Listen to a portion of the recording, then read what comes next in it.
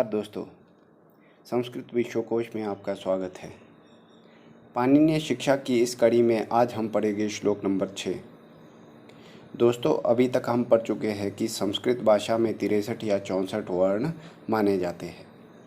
यहाँ पर प्रश्न उत्पन्न होता है कि जो ये 63 या 64 वर्ण हैं, इनकी उत्पत्ति कैसे होती है। तो इसी प्रश्न का उत्तर देते हुए महर्षि पाणिनि कहते हैं कि आत्मा बुद्ध्या समेत्यर्थान् मनो युङ्क्ते विवक्षया मनः कायाग्निमाहन्ति स प्रेर्यति मारुतम्। अर्थात आत्मा या अंतःकरण बुद्ध या बुद्धि के द्वारा अर्थों को या पदार्थों को या शब्दार्थों को समेट करके या इकट्ठा करके विवक्षया बोलने की इच्छा से मन को युङ्क्ते युक्त करता है या प्रयुक्त करता है। मनः कायाग्निम आहन्ति, मन कायाग्निम शरीर की अग्नि को आहन्ति आहत करता है। स प्रेर्यति मारुतम, वह शरीर की अग्नि प्रेर्यति प्रेरित करती है मारुत को या प्राणवायु को। शब्दार्थ देखिए, आत्मा या अंतःकरण बुद्ध या बुद्धि के द्वारा समेट करके या इकट्ठा करके अर्थों को या पदार्थों को मन को युङ्क्ते युक्त करता है। विवक्षया बोलने की इच्छा से या उच्चारण करने की इच्छा से। मन कायाग्निम शरीर की अग्नि को या जठराग्नि को आहन्ति आहत करता है। वह जठराग्नि मारुतम प्राणवायु को प्रेर्यति प्रेरित करता है। अर्थात आत्मा बुद्धि के द्वारा पदार्थों को संकलित कर बोलने की इच्छा से मन को योजित या प्रेरित करता है। वह मन कायाग्नि को आहत करता है, इसके पश्चात मन को प्रेरित करता है। अगला श्लोक देखिए। मारुतस्तुरसी चरन् मंद्रम जन्यति स्वरम प्रातः सवन योगम तम छंदो गायत्रम आश्रितम।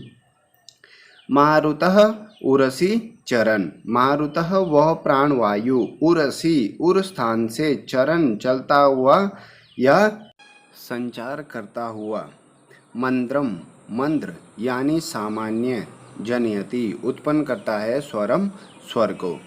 प्रातः सवन योगम, प्रातः कालीन, सवन योगम पूजा कर्म या संध्या वंदन कर्म, तम उसको, छंदोह छंद से, गायत्रम आश्रितम गायत्री से युक्त। अर्थात उर स्थान से या छाती से संचरण करता हुआ यह वायु प्रातःकालीन सवन के योग्य गायत्री छंद से युक्त मंद्र स्वर को उत्पन्न करता है। शब्दार्थ देखिए। मारुतः प्राणवायु, तू तो, उरसी उर स्थान से या फेफड़ों से, चरण संचरण करता हुआ या चलता हुआ, मंद्रम मंद्र या सामान्य, स्वरम स्वर को, जनयति उत्पन्न करता है। प्रातः सवन योगम प्रातःकालीन पूजा के कर्म, तम उसको, छंदो छंद से, गायत्रम गायत्री आश्रितम युक्त। अर्थात शरीर की अग्नि से प्रेरित हुआ वो प्राणवायु उर स्थान में संचरण करता हुआ मंद्र स्वर यानी सामान्य स्वर को उत्पन्न करता है, जो प्रातःकालीन सवन के योग्य गायत्री छंद से युक्त होता है। इसके पश्चात महर्षि पाणिनि कहते हैं कि कंठे माद्यन्दिन युगम मध्यम त्रैष्टुभानुगम तारम तार्तीय सवनम शीर्षण्यम जगतानुगम।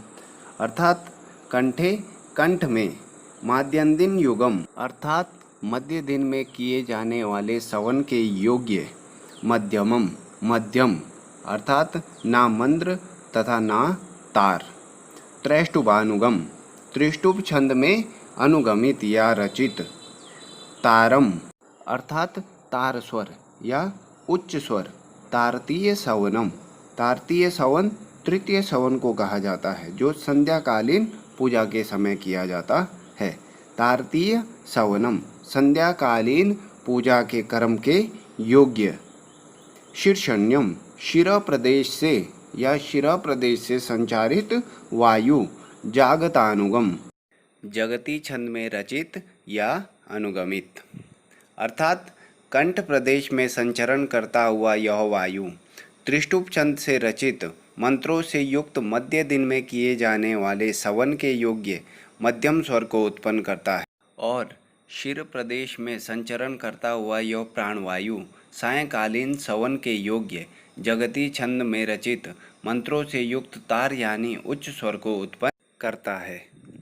उसके बाद सोदीर्णो मूर्धन्यभिहतो वक्त्रमापाद्य मारुत वर्णांजन्यते तेषां विभाग पंचधा स्मृत। अर्थात स वह मारुतः प्राणवायु उदीर्ण ऊपर उठता हुआ या ऊपर की ओर प्रेरित होता हुआ मूर्धनी मूर्धा में अभिहतः टकराकर या आघात कर वक्त्रम मुख को आपाद्य प्राप्त होता है या मुख में गिरता है, और वर्णान वर्णों को जन्यते उत्पन्न करता है, तेषाम उनका विभाग विभाग या भेद पंचदा 5 प्रकार से स्मृत जानना चाहिए। अर्थात शिर प्रदेश से ऊपर की ओर प्रेरित होता हुआ या ऊपर की ओर उठता हुआ वह प्राणवायु मूर्धा से टकराकर मुख विवर में गिरता है, तभी वर्णों की उत्पत्ति होती है। उत्पन्न हुए उन वर्णों का विभाग 5 प्रकार से जानना या समझना चाहिए। इस प्रकार वर्णों की उत्पत्ति को पाणिनि ने वैज्ञानिक तौर पर समझाने का प्रयास किया है कि आत्मा बुद्धि के द्वारा अर्थों को समेटकर बोलने की इच्छा से मन को युक्त या प्रेरित करता है। मन शरीर की अग्नि को आहत करता है तथा वह प्राणवायु को प्रेरित करता है। शरीर की अग्नि से प्रेरित वह प्राणवायु उरस्थल यानी फेफड़े में संचरण करता हुआ मंद्र यानी सामान्य स्वर को उत्पन्न करता है, जो प्रातःकालीन सवन के योग्य गायत्री छंद से युक्त होता है, तथा कंठ प्रदेश में संचरण करता हुआ वह प्राणवायु मध्यम स्वर को उत्पन्न करता है, जो मध्य दिन के सवन के योग्य त्रिष्टुप छंद से युक्त होता है।